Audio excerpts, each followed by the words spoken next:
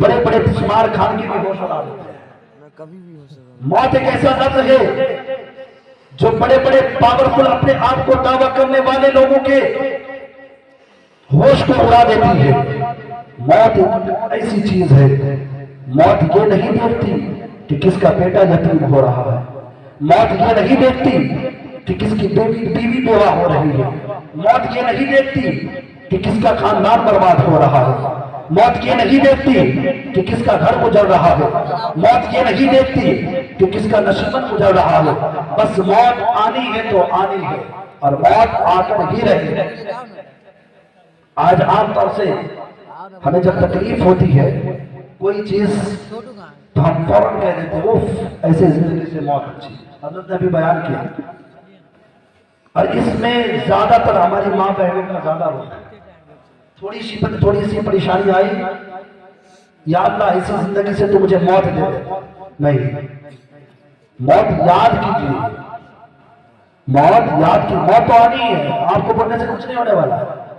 میں بتا دوں کہ اسی طرح سے ایک واقعہ ہے، ایک بوڑھی ماں جو لکڑی اٹھا کر جاتی تھی اور وہ اپنی ایسی زندگی سے پریشان ہو چکی تھی۔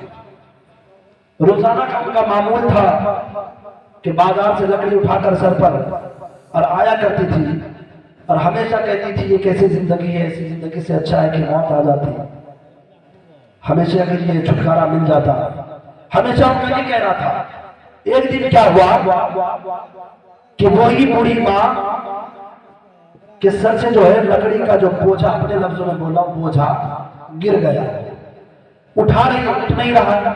پھر وہ پریشان ہوئے، اے میری موت تو کہاں ہے، آ جا اور مجھے لے جا، ایسی زندگی سے مجھے موت ہی اچھی ہے۔ ٹھیک ہے، اتنا کہنا تھا، اتنا کہہ کر وہ بوڑھی ماں جو ہے درخت کے نیچے تھوڑی دیر آرام کرنے لگی۔ آرام کرنے لگی، کیا دیکھتی ہے کہ ایک نئے شکل کا انسان، انسانی شکل میں ملک الموت آ گیا اور آ کر کہا، جب وہ آئے تو بوڑھی ماں کہتی بتاؤ تم کون ہو؟ تو ملک الموت نے کہا کہ میں تیری موت ہوں، تو نے بھی یاد کیا، میں آ گیا۔ اب دیکھیے تیور بدل گیا ان کا۔ بوڑھی ماں کہنے لگی نہیں میں تو بلائی تھی لیکن یہ بوجھا اٹھا لیا۔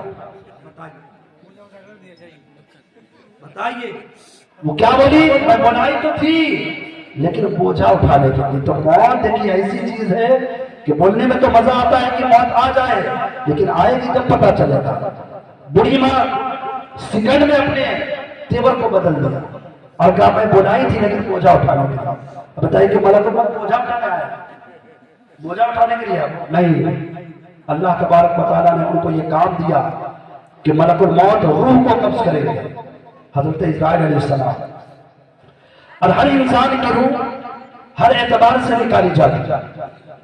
اب اس میں فرق میں بتا دوں کہ کفار کی روح الگ طریقے سے، مومنین کی روح الگ طریقے سے۔ حضرت ابراہیم علیہ السلام کا حضرت اسرائیل علیہ السلام جو ملک الموت ہے ان سے بڑا اچھا دوستانہ تھا۔ کہانی نہیں بتا رہا ہوں، ایک نبی کا واقعہ بتا رہا ہوں۔ حضرت ابراہیم علیہ السلام سے حضرت اسرائیل علیہ السلام جو ملک الموت ہے ان کا کیا بڑا گہرا دوستانہ تھا۔ وہ ملنے آیا کرتے تھے۔ جب اللہ تبارک و تعالیٰ نے حضرت ابراہیم علیہ السلام کو خلقت عطا کی تو حضرت اسرائیل علیہ السلام مبارکبادی دینے کے لیے آئے اور کہا اے میرے دوست تجھے مبارک ہو، اب توجہ سے سننا، موت ہے کیا، روح نکالی جاتی ہے کیسے، بڑے غور سے سننا۔ حضرت ابراہیم علیہ السلام نے حضرت اسرائیل علیہ السلام سے کہا اے میرے دوست ایک بات پوچھو، کہا پوچھئے، ایک بات پوچھو، کہا پوچھئے، کہا کہ تم بتاؤ کہ روح کیسے نکالتے ہو، جب تم روح نکالتے ہو تمہارا تیور کیسا ہوتا ہے، تمہاری شکل کیسی ہوتی ہے، اللہ اکبر کبیرہ۔ جب حضرت اسرائیل علیہ السلام سے حضرت ابراہیم علیہ السلام نے کہا تھا اے اسرائیل بتا جب تو روح نکالتے ہو تیرا چہرہ کیسا ہوتا ہے، تیرا چہرہ کیسا ہوتا ہے، حضرت اسرائیل علیہ السلام نے کہا میں روح دو طریقوں سے نکالتا ہوں، مومنین کی روح الگ طریقے سے، کافروں کی روح الگ طریقے سے۔ حضرت ابراہیم علیہ السلام نے کہا بتا کہ کافروں کی روح کیسے نکالتے ہو؟ اللہ اکبر کبیرہ، تاریخ گواہ ہے حضرت اسرائیل علیہ السلام نے کہا تھا اے میرے دوست تم اس صورت کو تاب نہیں لا سکو گے، تم بے ہوش ہو جاؤ گے، تم برداشت نہیں کر پاؤ گے، لیکن حضرت ابراہیم علیہ السلام نے کہا مجھے آج دیکھنا ہے، تم دکھاؤ کیسے روح نکالتے ہو۔ اللہ اکبر کبیرہ، حضرت اسرائیل علیہ السلام نے کہا دیکھنا چاہتے ہو؟ حضرت ابراہیم علیہ السلام نے کہا ہاں دیکھنا چاہتا ہوں۔ حضرت اسرائیل علیہ السلام نے کہا اپنے چہرے کو ادھر پھیر لو، اپنے چہرے کو ادھر گھما لو۔ اللہ اکبر کبیرہ، بڑے توجہ سے سننا، جب حضرت ابراہیم علیہ السلام نے اپنے چہرے کو ادھر پھیرا تھوڑی ہی دیر کے بعد حضرت اسرائیل علیہ السلام یعنی ملک الموت نے کہا اے میرے دوست اپنے چہرے کو میری طرف پھیر دے۔ اللہ اکبر کبیرہ، جب حضرت ابراہیم علیہ السلام اپنے چہرے مبارک کو حضرت اسرائیل علیہ السلام کی طرف پھیرتے گئے، جیسے ہی حضرت اسرائیل علیہ السلام کے چہرے کو دیکھتے گئے بے ہوش ہو کر گر جاتے گئے۔ اللہ اللہ، حضرت اسرائیل علیہ السلام کہتے ہیں میرے دوست اٹھ جا، اے میرے دوست اٹھ جا۔ حضرت ابراہیم علیہ السلام کو تھوڑی ہی دیر کے بعد ہوش آتا ہے۔ اللہ اکبر، حضرت اسرائیل علیہ السلام نے کہا تھا اے میرے دوست میں نے تجھے کہا تھا کہ تم برداشت نہیں کر پاؤ گے، بے ہوش ہو جاؤ گے۔ اللہ اکبر، اب بتاؤ کہ حضرت ابراہیم علیہ السلام گرے کیوں؟ سنو، تو حضرت ابراہیم علیہ السلام نے حضرت اسرائیل علیہ السلام کی طرف اپنے چہرے مبارک کو کیا تھا، کیا دیکھا؟ اچھا کیا دیکھا؟ بھیانک سا چہرہ ہے، بڑے بڑے بال ہے، بڑے بڑے ناخن ہے، ڈراؤنا شکل ہے۔ یہ ڈراؤنے شکل کو دیکھ کر حضرت ابراہیم علیہ السلام بے ہوش ہو گئے۔ اب بڑے غور سے سننا، جو حضرت ابراہیم علیہ السلام نے کہا اے دوست یہ تو کافروں کی روح نکالنے کا طریقہ ہے، ذرا مومنوں کی روح نکالنے کا طریقہ بتا دو۔ اللہ اکبر، حضرت اسرائیل علیہ السلام نے کہا پھر اپنے چہرے کو ادھر پھیر دو۔ حضرت ابراہیم علیہ السلام اپنے چہرے کو ادھر پھیر لیتے گئے۔ حضرت اسرائیل علیہ السلام ملک الموت تھوڑی ہی دیر میں کہتے گئے میرے دوست اپنے چہرے کو میری طرف گھما لو، اپنے چہرے کو میری طرف گھما لو۔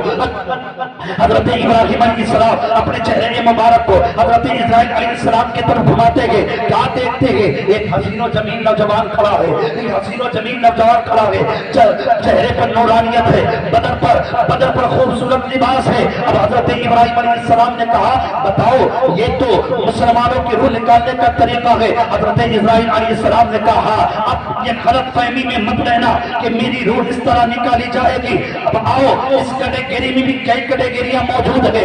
جب حضرت ابراہیم علیہ السلام نے کہا تھا اچھا یہ بتاؤ یہ مومنوں کی جو روح نکالتے ہو اس میں بھی کوئی طریقہ ہے؟ حضرت اسرائیل علیہ السلام نے کہا تھا ہاں اس میں بھی طریقہ ہے، بتاؤ کیا؟ حضرت ابراہیم علیہ السلام حضرت اسرائیل علیہ السلام یعنی ملک الموت نے کہا اے ابراہیم میرے دوست سنو، مومنوں کی روح نکالنے میں طریقہ یہ ہے جس کا اعمال جیسا ہوگا اس اعتبار سے اس کی روح نکالی جائے گی، جس کا اعمال اچھا ہوگا اس کی روح اتنے ہی آسان طریقے سے نکالی جائے گی، جس کا اعمال برا ہوگا اس کی روح نکالنے میں اسے بہت ہی تکلیف ہوگی۔ آپ نے بھی اپنے رشتہ داروں میں دیکھا ہوگا کہ جب سکرات کا وقت آتا ہے حالات کیسی بے چینی میں تبدیل ہو جاتی ہے، رو رو کے ہزاروں قطار روتے رہتے ہیں، ان کا چین بے چینی میں بدل جاتا ہے، ان کی قرار بے قراری میں بدل جاتی ہے۔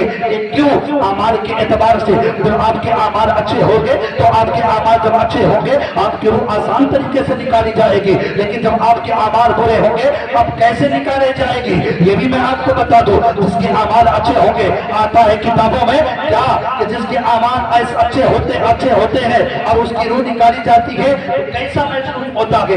یوں محسوس ہوتا ہے کہ گوندے ہوئے آٹے سے بال نکالا جائے۔ اب سنو، جو گناہگار بندہ ہوتا ہے اس کی روح نکالے تو کیسا محسوس ہوتا ہے؟ اس طرح محسوس ہوتا ہے کہ جس طرح ہم ریشمی کپڑے کو ببول کے درخت پر رکھ دے، ببول کے درخت پر اس کو پھیلا دے اور ریشمی کپڑے کو جب ہم اسے ٹانیں گے بتاؤ وہ چتر بتر ہوگا کہ نہیں؟ وہ ریشمی کپڑا پھٹ کر پرانا ہوگا کہ نہیں؟ وہ کپڑا چندی ہو جائے گا۔ تو یاد رکھو مسلمانوں، جب مومنوں کی روح میں بھی جب ایک نیک بندے کی روح نکالی جائے گی انہیں احساس تک نہیں ہوگا، لیکن جو بندہ خدا گناہوں میں ملوث ہوگا اس کی روح اس طرح نکالی جائے گی جس طرح ببول کے درخت سے ریشمی کپڑے کو نکالا جاتا ہے۔ جاگنا ہے جاگنی اپنا ہے کسائی طرح حشر تک سونا پڑے گا خواب کسائی طرح۔ حضرات ہم غور کریں گے تب پتہ چلے گا زندگی مل گئی، پیدا ہو گئے، ماں باپ نے جوان کر دیا، اب ایسو عشرت میں زندگی گزر نہیں۔ ہم مسلمان ہیں بھائی، ہمیں پیدا کیوں کیا گیا ہے؟ علماء کے پاس جائیں گے، علماء سے جب پوچھیں گے تو علماء کیا کہیں گے؟ 27واں پارہ کھولو، 27واں پارہ کھولو، دوسرے ہی صفحہ میں کیا ہے؟ وَمَا خَلَقْتُ الْجِنَّ وَالْإِنسَ إِلَّا لِيَعْبُدُونِ، میں نے جن و انس کو اپنی عبادت کے لیے پیدا کیا۔ اب بتائیے کہ رب کائنات نے ہمیں پیدا کیا اپنی عبادت کے لیے، اور ہم کر رہے ہیں کیا؟ شیطان کی عبادت۔ نہیں مسلمان، ہمیں پلٹ کر آنا ہوگا بھائی، تھوڑی دیر، بس تھوڑی دیر ختم ہو رہا، بیٹھیے، یہ شیطان آپ کے پیچھے لگ گیا مکمل طور پہ جی۔ ایسی محفلوں میں بیٹھیے، دیکھیے ہم لوگ کم ہیں لیکن الحمدللہ دم ہے کہ نہیں؟ اور آپ اپنی قسمت پہ جتنا بھی ناز کریں کم ہے، کیوں؟ کیونکہ یہ محفل میں ہر کوئی نہیں آتا ہے۔ جب حضور غوث پاک فرماتے ہیں کہ میرا نام کوئی اس وقت تک نہیں لے سکتا جب تک میں نہ چاہوں، غوث پاک کا مرتبہ یہ ہے، اور ہم اللہ و رسول کی محفل میں بیٹھے یا رحمت کے فرشتے اترتے ہیں۔ اب بتائیے کہ جب فرشتے اللہ کی بارگاہ میں آپ کے نامۂ اعمال کو لے کر جائیں گے اور اللہ تبارک و تعالیٰ کہے گا اے میرے فرشتے بتاؤ کہاں سے آئے؟ فرشتے کہیں گے مولا بہار کی دھرتی پر دربھنگا ضلع کے ایک گاؤں پٹنیا سے آیا ہوں۔ جی علماء بیٹھے ہیں، میں اپنی طرف پھینک پھینک نہیں کر رہا ہوں۔ تو وہاں کیا ہو رہا تھا؟ اے مولا، اب اس سے یہ نہیں سمجھیے گا کہ میں اللہ کے علم کو یہ کر رہا ہوں، نہیں، اللہ کا کوئی ثانی نہیں، اللہ ایک ہے نا، آپ کو سمجھانے کے لیے بتا رہا ہوں۔ اب ایسا ہے تو میدان محشر کیوں قائم کیا جاتا؟ اللہ کو تو معلوم ہے کہ کون جنتی ہے کون جہنمی ہے، معلوم ہے کہ نہیں؟ انبیاء کرام ہماری رہنمائی کے لیے بھیجا ہے نا۔ تو اللہ تبارک و تعالیٰ فرمائے گا اے میرے فرشتوں کہاں سے آئے ہو؟ رب قدیر تیرے محبوب کی محفل اور تیری محفل سجی ہوئی تھی، تیرا بندہ تیری محفل میں بیٹھ کر تیرے ذکر کو سن رہا تھا، سبحان اللہ الحمدللہ کی صدائے بلند کر رہا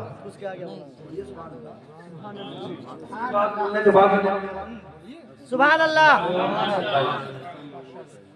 فرشتے کہیں گے سبحان اللہ الحمدللہ کی صدائے بلند کر رہے تھے۔